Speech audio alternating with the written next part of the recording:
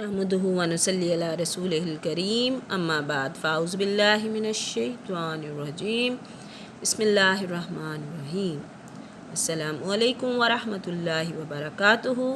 इस दुआ और उम्मीद के साथ कि आप जहाँ पर भी हों खैरियत से हों और हमेशा खुश रहें। सूरह बकरा का तर्जुमा हम रोज़ाना पढ़ते हैं। आज हम आयत नंबर 196 का तर्जुमा पढ़ेंगे। इसमें हमारा जो मौजू चल रहा है, जो टॉपिक है, वो आजकल है हज का और उम्रे के बारे में। अब 196 आयत में अल्लाह पाक फरमाते हैं, अपना आज का सबक शुरू करें। आउज़ु बिल्लाहि मिनश्शैतानिर रजीम बिस्मिल्लाहिर्रहमानिर्रहीम। शुरू अल्लाह के नाम से जो निहायत रहम करने वाला और बड़ा मेहरबान है।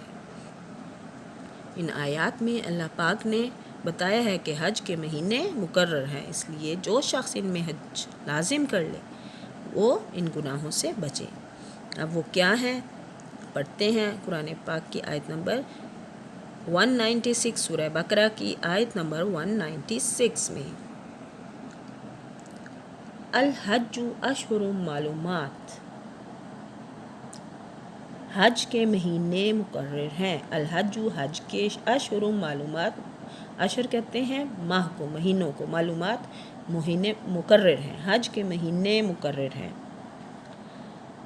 फमा फ़रज़ फ़ीहिन्ना, पस जो शख्स इसमें लाजिम कर ले हज का, फ़ला रफ़सा, फिर इसलिए जो शख्स इनमें हज लाजिम कर ले, फ़ला रफ़सा, वो अपनी बीवी से मेल मिलाप न करे, वला फसूका, और न लड़ाई झगड़े से करे, वला जिदाला फ़िल हज, और गुनाह करने से और लड़ाई झगड़े से करने से बचता रहे।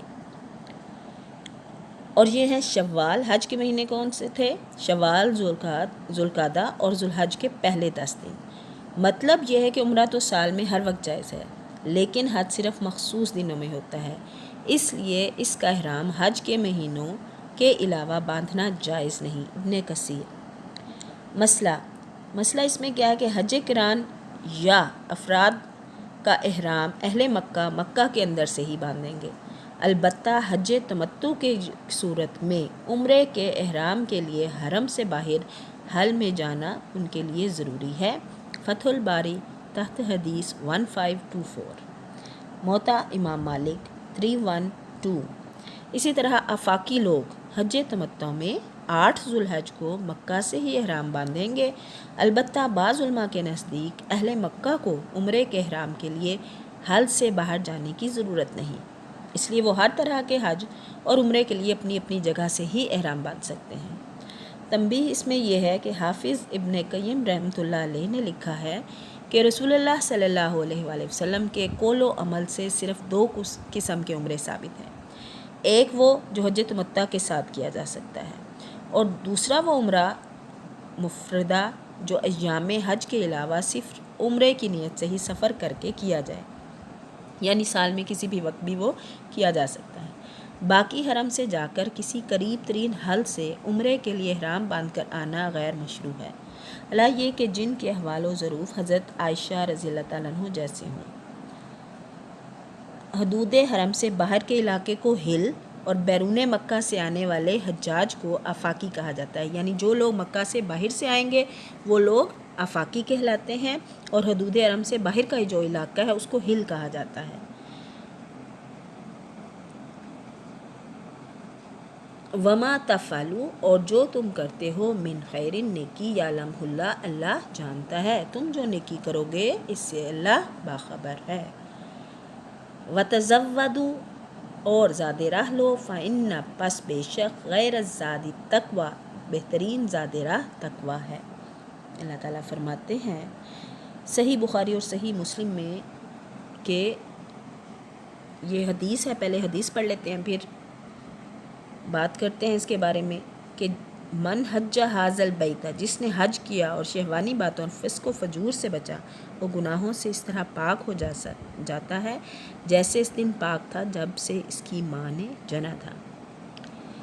अब ये है कि अल्लाह पाक हमें क्या हुक्म दे रहे हैं कि तुम जो नेकी करोगे इससे अल्लाह बाखबर है, और अपने साथ खर्च सफ़र ले लिया करो। ज़ादे राह क्या होता है? खर्च सफ़र। تو بہترین زاد راہ کیا ہے؟ اللہ کا ڈر یعنی تقوی۔ تقوی سے مراد یہاں سوال سے بچنا ہے۔ بعض لوگ بغیر زاد راہ لیے حج کے لیے گھر سے نکل پڑتے اور کہتے ہیں کہ ہمارا اللہ پر توکل ہے۔ اللہ نے توکل کے اس مفہوم کو غلط قرار دیا ہے اور زاد راہ لینے کی تاکید فرمائی ہے۔ وَاتَّقُونِی یا اولی الالباب، اور اے عقل مندو مجھ سے ڈرتے رہا کرو۔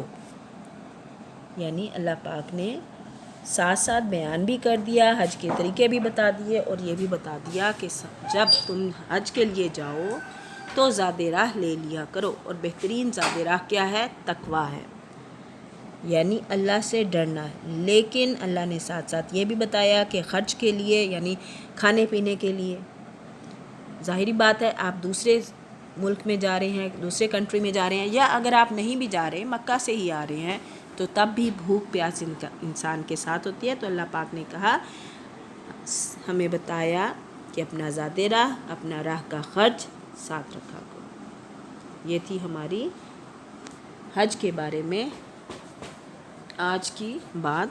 اور اب اللہ تعالیٰ ساتھ ساتھ کیا بیان کر رہے ہیں، کیا بتا رہے ہیں ہمیں کہ لیسا علیکم جناح، نہیں ہے تم پر گناہ، لیسا نہیں علیکم تم پر جناح گناہ، تبتغوا کہ تم تلاش کرو، فضلا فضل من ربکم اپنے رب کا، تم اپنے رب کا فضل تلاش کرنے میں کوئی گناہ نہیں تم پر، اپنے رب کا فضل تلاش کرنے میں۔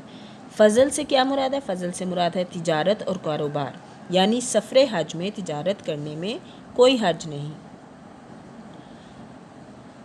فَإِذَا أَفَضْتُمْ پھر جب تم لوٹو، من عرفات عرفات سے، فاذکروا اللہ پس یاد کرو اللہ کو، عند المشعر الحرام مشعر حرام کے پاس۔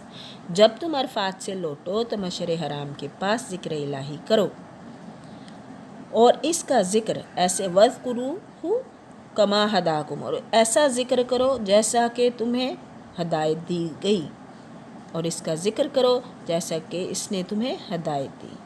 وَإِن كُنتُم مِّن قَبْلِهِ لَمِنَ الضَّالِّينَ، حالانکہ تم اس سے پہلے راہ بھولے ہوئے تھے۔ 9 ذی الحج کو زوال آفتاب سے غروب شمس تک یعنی سورج کے غروب ہونے تک میدان عرفات میں وقوف حج کا سب سے اہم رکن ہے۔ 9 ذی الحج میں میدان عرفات کا جو وقوف ہے، جب ہمارے پیارے نبی صلی اللہ علیہ وآلہ وسلم نے حج ادا کیا تو حجۃ الوداع کا خطبہ دیا تھا، اور 9 ذی الحج کو یہ عرفات کے میدان میں دیا تھا، جس کی بابت حدیث میں کہا گیا ہے کہ الحج عرفہ، عرفات میں وقوف ہی حج ہے۔ یہاں مغرب کی نماز نہیں پڑھتے بلکہ مزدلفہ پہنچ کر مغرب کی 3 رکعت اور عشاء کی 2 رکعت قصر جمع کر کے 1 اذان اور 2 اقامت کے ساتھ پڑھی جائیں گی۔ مزدلفہ ہی کو مشعر حرام کہا گیا ہے کیونکہ یہ حرم کے اندر ہے، یہاں ذکر الہی کی تاکید ہے، یہاں رات گزارنی ہے۔ فجر کی نماز غلس یعنی اندھیرے میں یعنی اول وقت میں پڑھ کر دن کے روشن ہونے تک ذکر میں مشغول رہا جائے، تاہم طلوع آفتاب سے قبل وہاں سے منی کے لیے روانہ ہو جائے۔ انشاءاللہ نیکسٹ ہم اس کے بعد پڑھیں گے۔ بتانے میں پڑھنے میں غلطی کوتاہی کمی بیشی رہ گئی ہو تو اللہ پاک معاف فرمائیں۔